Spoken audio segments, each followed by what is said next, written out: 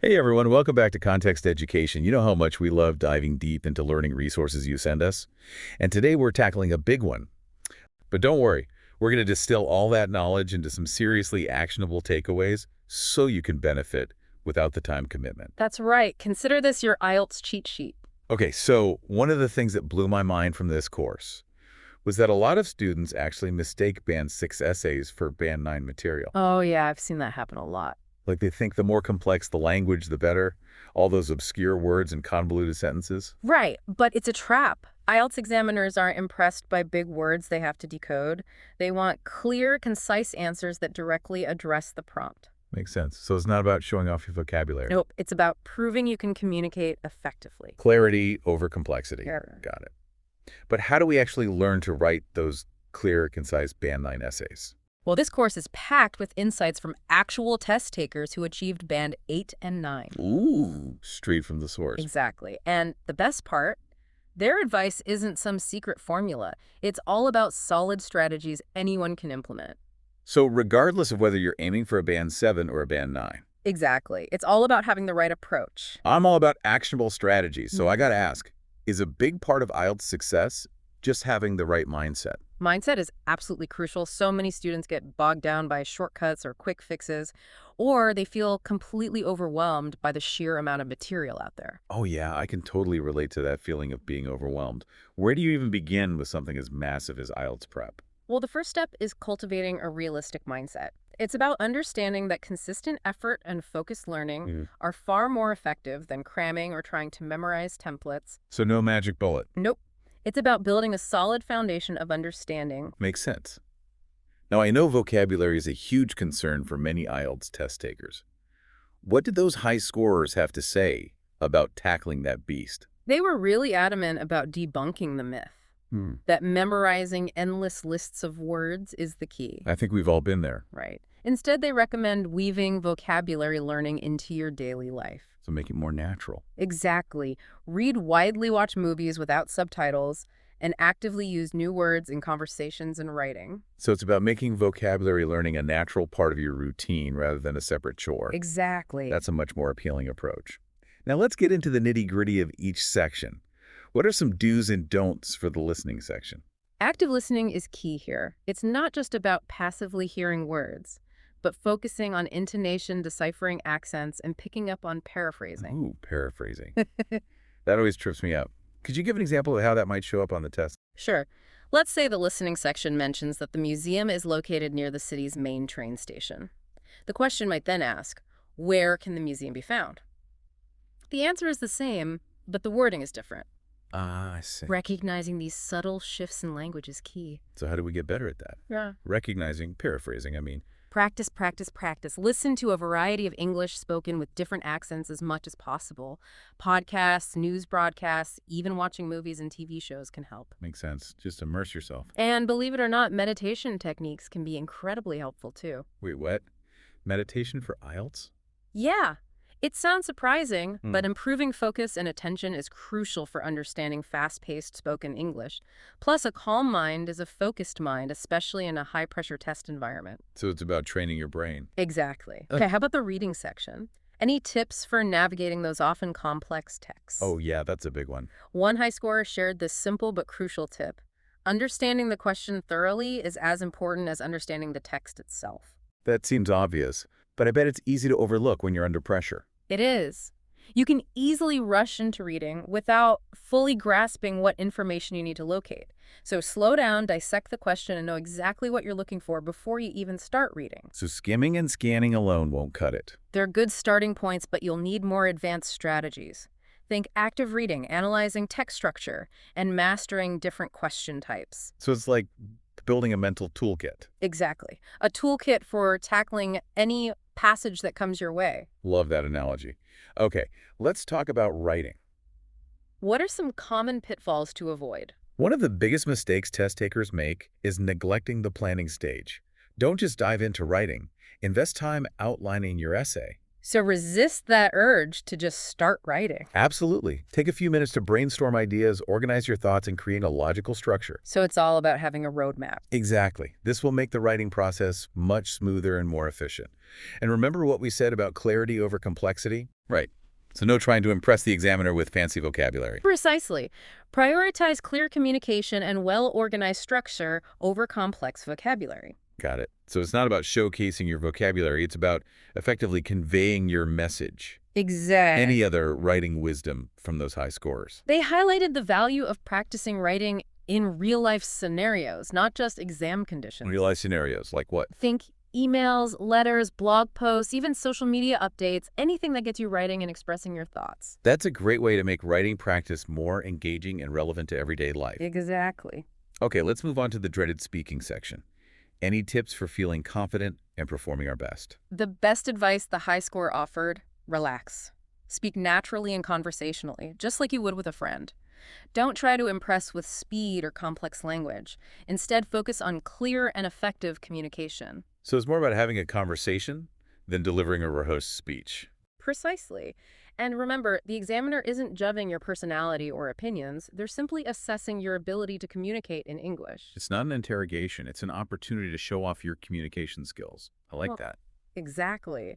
Just like with writing, practice is essential. Find opportunities to chat with native speakers, participate in language exchanges, or even just talk to yourself in English. The more you practice, the more comfortable and confident you'll become. This has been so helpful. We've covered so much ground: the importance of clarity, the power of a realistic mindset, effective vocabulary learning, and even specific strategies for each section. But we're not done yet. There's still more to unpack from this 11-hour IELTS goldmine. Let's take a quick pause here and come back to delve into even more insightful tips and takeaways from this course. Sounds good. I'm ready for round 2. All right, welcome back. We're ready to unearth more IELTS gems from this extensive YouTube course. I'm all ears. Last time we were dissecting strategies for each section. We covered listening, reading, and writing. Now I'm really curious to hear more about what those high scorers recommend for the speaking test. One thing they stressed repeatedly was understanding the marking criteria. It's not enough to just practice answering questions. You need to understand how the examiners are evaluating you. So it's about knowing what they're looking for and tailoring my responses to meet those expectations. Exactly. The IELTS speaking test assesses fluency and coherence, lexical resource, grammatical range, and accuracy and pronunciation. Knowing what each of these criteria means and how they're assessed helps you focus your practice and pinpoint areas for improvement. So it's about working smarter, not just harder. Did they mention any specific techniques or strategies for boosting performance in the speaking test? One fascinating strategy they highlighted is the direct method. The direct method. What's that? It involves asking yourself direct and specific questions about the topic you're given. Okay, I'm intrigued. Give me an example. How would I use that in the speaking test? Let's say the examiner asks, what kind of music do you enjoy listening to? Instead of just listing genres, you could use the direct method to generate more detailed and insightful responses. So how would that work? Ask yourself, why do I enjoy this kind of music? What emotions does it evoke in me? Are there any specific artists or songs I particularly like? When and where do I usually listen to this music? I see. By answering these questions, you provide more information and demonstrate a deeper understanding of your preferences, all while showcasing a wider range of vocabulary. Wow, I love that. It forces you to think more deeply about the topic and go beyond those surface-level answers. I can see how that would impress the examiners. Exactly. It helps you flesh out your responses fully, which is essential for a high speaking score. They also emphasize using examples to support your points, just like in the writing test. Right. So instead of just saying, I enjoy challenges, I could share a specific story about a time I overcame a difficult situation. That would make it more engaging, right? Absolutely. It brings your responses to life, makes them more memorable, and shows you can apply your language skills in a real-world context. But here's a crucial don't from the high scorers. Avoid memorizing answers. Really, I thought having some prepared answers would help. Examiners are trained to spot memorized responses, and it can actually hurt your score. They want to see that you can think on your feet and communicate naturally. So it's all about authenticity and being genuine in my responses. Exactly. Relax, be yourself, and focus on having a real conversation with the examiner. Now, I know we've covered a lot of information today. It's natural to feel a bit overwhelmed. Yeah, it's a lot to take in. Sometimes I feel like I'm drowning in IELTS prep material. Remember, there's no magic bullet or quick fix for mastering the IELTS. It takes time and effort. Consistent practice is key. So no point in trying to cram or learn everything at once. Exactly. Create a study routine that works for you. Break the material into manageable chunks, focus on one area at a time, and celebrate your progress along the way. So it's a marathon, not a sprint. Precisely. And remember, the IELTS journey is more than just about getting a score. It's an opportunity to enhance your English skills in a way that will benefit you long after the exam. I love that perspective. It takes some of the pressure off and makes the whole process feel more worthwhile. Exactly. The skills you develop through IELTS prep, like reading, listening, speaking, and writing, are essential for success in academic, professional, and even personal contexts. It's an investment in myself and my future. Precisely. By focusing on developing these skills in a meaningful and sustainable way, you'll not only increase your chances of achieving your desired score, but also gain valuable tools that will serve you well throughout your life. Now we discuss the importance of understanding the marking criteria, the direct method supporting points with examples, and avoiding memorized answers. Is there anything else from this course that you think is particularly crucial for our listeners? You mentioned earlier that the speaking test has different parts. I have to admit, I haven't really thought about that. Can you break those down for us? Of course. The IELTS speaking test has 3 parts. Part 1 is a brief introductory conversation about familiar topics. Part 2 is a longer individual task where you'll be given a topic card and asked to speak for 1 to 2 minutes. And Part 3 is a deeper discussion with the examiner where you'll share your opinions and ideas on more abstract issues. So it gets progressively more challenging. Exactly. Each part assesses different skills and requires a slightly different approach. It's essential to understand each part and practice accordingly. Shall we dive into each part in more detail? Absolutely. Let's start with part 1, the introductory conversation. What kind of questions can I expect? All right, welcome back to our IELTS deep dive. Last time, we were unpacking the different parts of the speaking test. I'm ready to hear more about how to approach each one effectively. Okay, let's tackle part 1, the introductory conversation. You can expect general questions about familiar topics, your hometown hobbies, work daily routines, that kind of thing. So it's about getting comfortable and warming up. What's the best way to make a good first impression? Just relax and be yourself. This isn't a formal interview. Speak naturally like you would with a friend. Don't overthink it or try to sound overly rehearsed. So it's okay to be a bit informal. Within reason, absolutely. The examiners want to see you engage in a natural and spontaneous conversation. Don't be afraid to use contractions, phrasal verbs, and even some colloquial expressions. Got it. Show off my natural speaking style. Any tips for actually answering the questions? Instead of giving those short one-word answers, try to expand on your responses with reasons and examples. For instance, if they ask about your favorite hobby, don't just say reading. Explain why you enjoy it, what you like to read. Maybe even mention a favorite author. I'll give those extra details. Exactly. It shows a wider range of vocabulary and a deeper understanding of the topic. Okay, what about part 2? The individual speaking task. That sounds a bit more daunting. It can feel that way because you're asked to speak for a longer period on a specific topic. You'll get a topic card with prompts and have 1 minute to prepare. Don't let that timer stress you out, though. Easy for you to say.